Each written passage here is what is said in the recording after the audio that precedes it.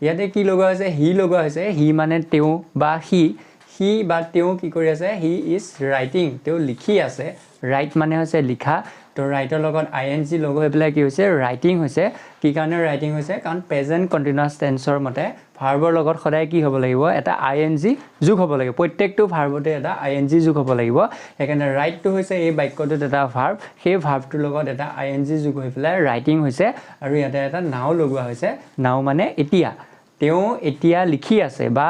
হি এতিয়া লিখি আছে তো হি লগত সদায় কি বহিব ইজ বহিব হি লগত সদায় ইজ বহিব নট এম নট আৰ হি লগত কেতিয়াও এম নবহে বা আৰ নবহে হি লগত সদায় কি বহিব ইজে বহিব লাগিব যদি প্ৰেজেন্ট কন্টিনিউয়াছ টেন্সৰ বাক্য হয় সেইকাৰণে লগ হৈ পেলাই কি হৈছে যে হি ইজ ৰাইটিং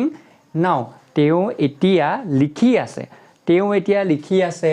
তেওঁলোকে পথাৰত দৌৰি আছে মই এখন বাতৰি কাকত পঢ়ি আছোঁ এনেকুৱা